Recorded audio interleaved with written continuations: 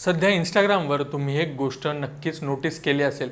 प्रत्येक दुसऱ्या मित्राच्या इंस्टाग्रामवर स्टोरीवर एका निळ्या रंगाच्या अधिकृत पत्रकाचा स्क्रीनशॉट शेअर केला जातोय. हे पत्रक आहे OTT प्लॅटफॉर्म झी5चं. तर विषय असा आहे की मानवाधिकार कार्यकर्ते जसवंत सिंग खालडा यांच्या आयुष्यावर आधारित आणि लोकप्रिय अभिनेता गायक दिलजीत दोसांची मुख्य भूमिका असलेला सतलज हा चित्रपट 3 जुलै रोजी मोठ्या थाटामाटात झी5 वर प्रदर्शित झाला होता. प्रेक्षकांनी या चित्रपटाला डोक्यावर घेतलं होतं. सोशल मीडियाचा कौतुकाचा पूर आला होता. पण अचानक काय झालं? अवघ्या 36 तासांच्या आत म्हणजेच 5 जुलै रोजी हा चित्रपट प्लॅटफॉर्मवरून थेट हटवण्यात आला. जो चित्रपट पाहण्यासाठी लोकांनी झी5चं सबस्क्रिप्शन घेतलं होतं तो चित्रपट अचानक गायब झालाय. यानंतर झी5नेच त्यांच्या अधिकृत X खात्यावर एक निवेदन जारी केलंय, ज्यामध्ये त्यांनी म्हटलंय की सतलजचा प्रवास सध्या थांबवला असला तरी त्याने सुरू केलेली चर्चा अजूनही सुरू आहे. पुढील आदेश येईपर्यंत सतलज भारतात उपलब्ध असणार नाही. यावर स्वतः दिलजीत दोसांजने संताप व्यक्त करत लिहिलंय, आता हा चित्रपट थांबणार नाही.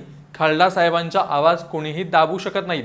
एका चित्रपटाने अवघ्या 36 तासात असं काय वादळ निर्माण केलं की तो थेट बॅन किंवा हटवावा लागला? हा चित्रपट नेमका कोणावर आधारित आहे? जसवंत सिंग खालडा यांनी 90च्या दशकात पंजाबमध्ये असं काय शोधून काढलं होतं ज्याने पोलिसांचे आणि सरकारचे धाबे दणाणले होते? आज आपण या संपूर्ण प्रकरणाची इनसाइड स्टोरी समजून घेणार आहोत. त्यामुळे हा व्हिडिओ शेवटपर्यंत पहा, कारण सांगतो लीलाधर. लक्षपूर्वक ऐका कृपया माहितीसाठी. याचा इतिहास खूप मोठा आहे. या चित्रपटाचं मूळ नाव होतं पंजाब 95.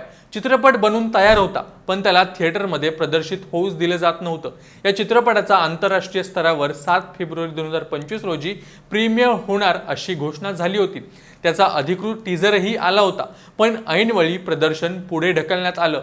यामागचं खरं कारण होतं केंद्रीय चित्रपट प्रमाण महामंडळ, म्हणजेच आपलं सेन्सॉर बोर्ड. या चित्रपटाचे दिग्दर्शक हनी त्रेहन यांनी दिलेल्या एका मुलाखतीत अत्यंत धक्कादायक खुलासा केला होता.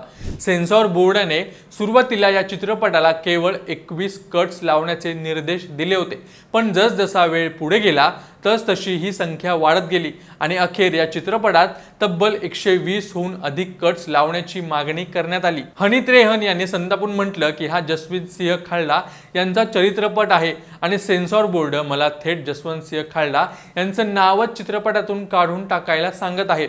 याचा अर्थ असा की पंजाबच्या इतिहासातील एका मोठ्या मानवाधिकार कार्यकर्त्याचं नाव घेणं जणू काही गुन्हा आहे, अशी परिस्थिती निर्माण केली गेली. दिग्दर्शकाने कट्स देण्यास नकार दिला आणि शेवटी चित्रपट थिएटरऐवजी थेट OTTवर विना कट छाट प्रदर्शित करण्याचा निर्णय घेण्यात आला. पण तिथेही केवळ 36 तासात तो काढून टाकण्यात आला. ज्या जसवंत सिंह खालडा यांच्या नावावर एवढा मोठा गदारोळ सुरू आहे ते नेमके कोण आहेत आणि त्यांनी काय केलं होतं? 1980 आणि 1990च्या दशकात पंजाबमध्ये अतिरेकी हिंसाचाराने टोक गाठलं होतं.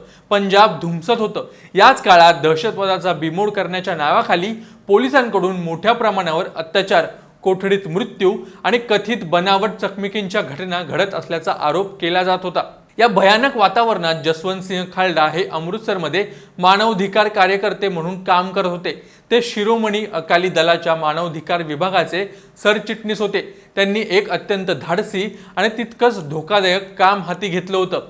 त्यांनी जून 1984 ते डिसेंबर 1994 या 10 वर्षाच्या कालावधीत अमृतसर, मजिठा आणि तरनतारन येथील 3 वेगवेगळ्या स्मशानभूमीमधील सरकारी रेकॉर्ड्स गोळा केले. या रेकॉर्ड्समधून त्यांनी एक अत्यंत धक्कादायक माहिती सार्वजनिक केली. त्यांचा दावा होता की हजारो अज्ञात आणि बेवारस मृतदेहांचे अंत्यसंस्कार या स्मशानभूमीमध्ये गुपचूप करण्यात आले होते. सर्वात मोठी गोची तिथे झाली जिथे मृतदेह स्मशानभूमीत आणणारे दुसरे तिसरे कोणी नसून थेट स्थानिक पोलीस होते.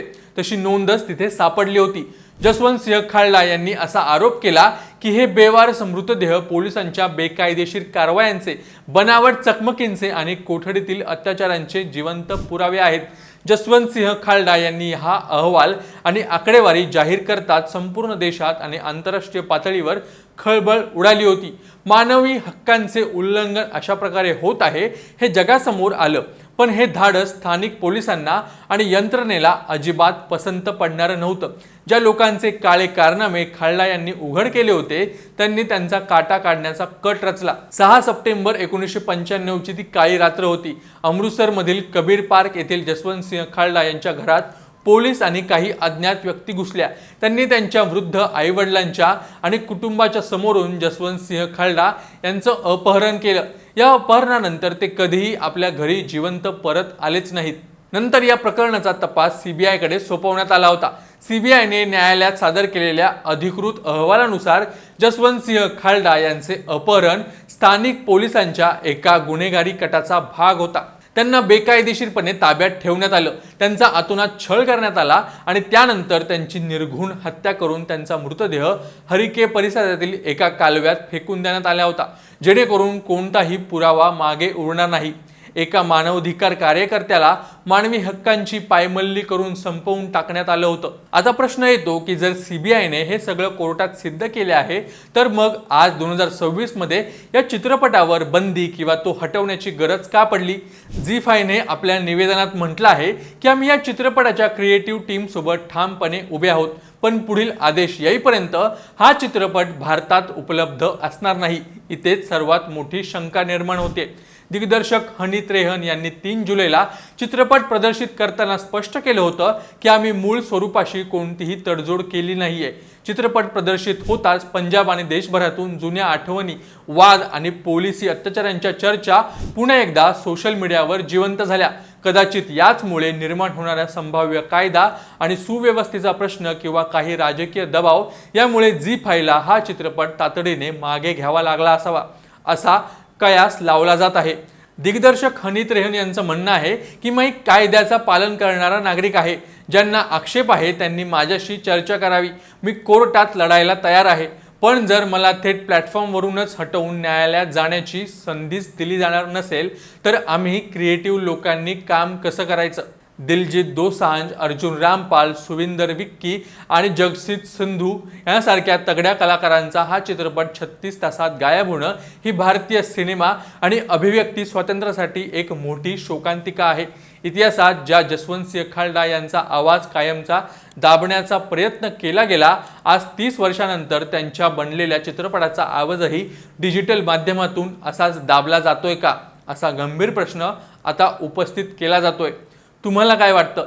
जसवंत सिंह खालडा यांच्यासारख्या सत्य बाहेर आणणाऱ्या कार्यकर्त्याचा इतिहास चित्रपटाच्या माध्यमातून लोकांसमोर येणं हे योग्य आहे का? आणि झी5ने अवघ्या 36 तासात घेतलेला हा निर्णय कोणत्याही दबावाखाली घेतला गेला आहे का? तुमचे विचार खाली कमेंट्समध्ये नक्की सांगा. आणि अशा सखोल विश्लेषणासाठी, अशाच इंटरेस्टिंग टॉपिकसाठी अभिजात मराठी विशेषला फॉलो आणि सबस्क्राईब नक्की करा.